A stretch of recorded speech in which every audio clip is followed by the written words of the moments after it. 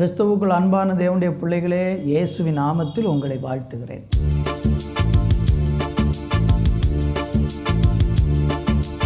விண்ணப்பத்தை கேட்பவரே, என் கண்ணீரை காண்பவரே, சுகமும் தருபவரே, தோத்திரம் ஏசையா. விண்ணப்பத்தை கேட்பவரே, என் கண்ணீரை காண்பவரே, சுகமும் தருபவரே, தோத்திரம் ஏசையா. உம்மால் கூடும், எல்லாம் கூடும், ஒரு வார்த்தை சொன்னால் போதும்.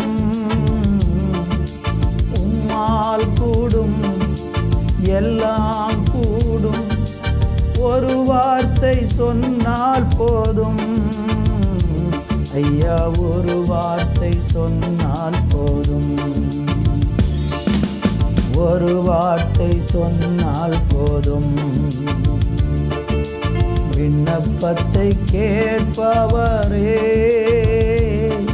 என் கண்ணீரை காண்பவரே, சுகமும் தருபவரே, தோத்திரம் ஏசையா. மனதுருகி கரம் நீட்டி அதிசயம் செய்பவரே, மனதுருகி கரம் நீட்டி அதிசயம் செய்பவரே, ஐயா, அதிசயம் செய்பவரே, ஐயா, அதிசயம் செய்பவரே. விண்ணப்பத்தை கேட்பவரே, என் கண்ணீரை காண்பவரே, சுகமும் தருபவரே, தோத்திரம் ஏசையா.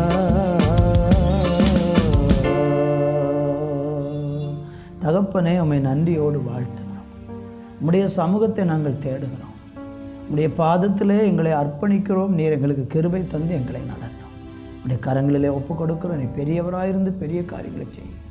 இயேசுவின் நாமத்தில் ஜெபிக்கிறோம் நல்ல பிதாவே, ஆமேன், ஆமேன். அருமையான தேவனுடைய பிள்ளைகளே, இந்த நாளில் தியானிப்பதற்காக ஆதியாகமம் புஸ்தகம் 35ஆம் அதிகாரம் 3வது வசனத்தை வாசிக்கிறேன். நாம் எழுந்து பெத்தேலுக்கு போவோம் வாருங்கள். எனக்கு ஆபத்து நேரிட்ட நாளில் என் விண்ணப்பத்துக்கு உத்தரவு அருளி செய்து நான் நடந்த வழியில் என்னோடு கூட இருந்த தேவனுக்கு அங்கே ஒரு பலிபீடத்தை உண்டாக்குவேன் என்றார். யாக்கோபு தன்னுடைய வாழ்க்கையில் பலவிதமான ஆபத்துக்களையும் பலவிதமான நெருக்கங்களை அனுபவித்த ஒரு மனுஷன்.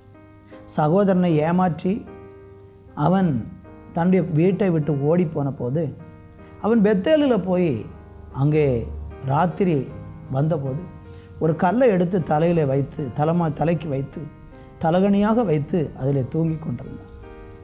அப்பொழுது ஆண்டவர் என்ன செய்தார் என்றால், அவருக்கு அங்கே அவன் விண்ணப்பம் பண்ணி ஜெபம் பண்ணும்போது தேவ தரிசனத்தை கண்டான். தரிசனம் கண்ட உடனே ஆண்டவர் சொன்னார், நான் உன்னை ஆசீர்வதிப்பேன், நீ இந்த தேசத்துக்கு திரும்பி வருவாய், நீ பெரிய ஜாதி ஆவாய் என்றெல்லாம் ஆண்டவர் பேசினார்.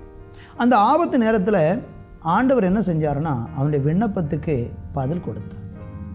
என்னை கேட்கிற அருமையானவர்களே, ஒரு மனுஷனுடைய வாழ்க்கையில் தேவனை நோக்கி விண்ணப்பம் பண்ணும்போது அவன் எந்த சூழ்நிலையில் இருந்தாலும் அவனுடைய ஆபத்தில் கர்த்தர் அவனுக்கு உதவி செய்யும். நீங்கள் அவரோட ஆண்டவரை அறிந்தவங்களாக இருக்கலாம், ஆண்டவர் அறியாதவங்களாக கூட இருக்கலாம். இயேசு யாரென்று கூட உங்களுக்கு தெரியாவிட்டாலும் நீங்கள் உங்களுக்கு ஏற்படுகிற ஆபத்தில், ஒரு வியாதியின் கொடுமையாக இருக்கலாம், மரண தருவாயாக இருக்கலாம், அல்லது பொருளாதாரத்தில் மிகவும் நெருக்கடின சூழ்நிலை இருக்கலாம், அல்லது பாவத்தில் விழுந்து பாவ வாழ்க்கையை வாழ்ந்து உங்கள் சரீரம் கெட்டு, உங்கள் மனம் கெட்டு, உங்கள் எதிர்காலமே சீரழிந்து, உங்கள் குடும்பமே இன்றைக்கி ஒரு ஒரு நடுத்தெருவில் நிற்கிறது போல நிலைக்கு நீங்கள் தள்ளப்பட்டிருந்தாலும் உங்களுக்கு ஏற்பட்டிருக்கிற இந்த ஆபத்தில் நீங்கள் ஆண்டவரை நோக்கி கூப்பிட்டு பாருங்கள். நீங்கள் ஆண்டவரை நோக்கி கூப்பிட்டா அவர் உதவி செய்வார். நீங்கள் நிறைய மனுஷர் நோக்கி கூப்பிட்டுருக்கலாம், அவங்க யாரும் உங்களுக்கு உதவி செய்யாமல் இருந்திருக்கலாம். நிறைய தேவர்களை நோக்கி கூப்பிட்டுருக்கலாம், அவங்களும் உங்களுக்கு உதவி செய்யாமல் இருந்திருக்கலாம். ஆனால் நீங்கள் உங்களுக்கு ஏற்பட்டிருக்க இந்த ஆபத்தில் கர்த்தரை மாத்திரம் ஒரு முறை நோக்கி கூப்பிட்டு பாருங்களேன். பைபிளில் ஏசாயா தீர்க்க தரிசனத்தில் எசேக்கியா என்கிற ஒரு ராஜாவை பற்றி சொல்லப்பட்டிருக்கிறார். அந்த மனுஷன் கொடிய வியாதி பிடிச்சு, அவன் மரணத்துக்கு ஏதுவாக வியாதி பிடிச்சு மறிக்க வேண்டிய நேரம் வந்துவிட்டது. தீர்க்கதரிசி அவனிடத்தில் வந்து சொல்கிறாரு, எசேக்கியா, நீ உன்னுடைய வேலையெல்லாம் வீட்டு காரியங்களெல்லாம் ஒழுங்குபடுத்து, நீ மறிக்க போகிறாய். அவனுக்கு இந்த ஆபத்தான மரண தரவை கண்ட உடனே அவனுக்கு அதை ஏற்றுக்கொள்ளவே மனசில்லை.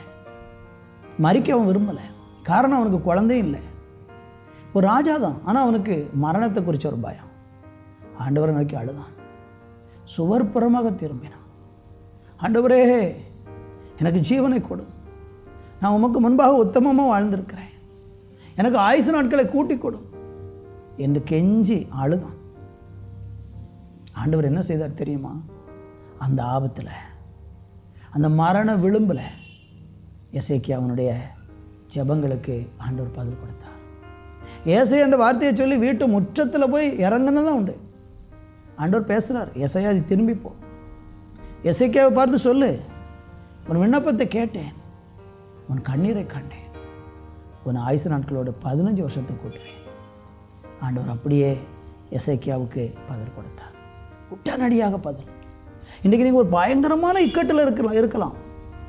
விடுதலைக்கு வழி இல்லை, எல்லாம் இழந்துட்டேன், கடைசி நீ மரணம்தான், நம்பிக்கைக்கு வழி இல்லை, எல்லாரும் என்னை ஏமாற்றிட்டாங்க,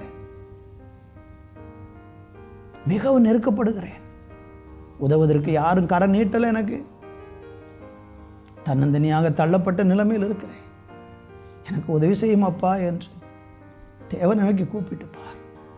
இன்றைக்கு இந்த கொடிய ஆபத்தில் ஆண்டவர் உனக்கு நன்மை செய்து உன்னை ஆசீர்வதிப்பார். ஜெபிக்கலாமா?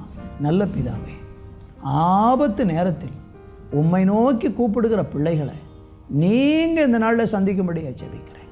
கரத்தில் ஒப்பு கொடுக்கிறோம், இயேசுவின் நாமத்தில் பிதாவே, ஆமேன், ஆமேன்.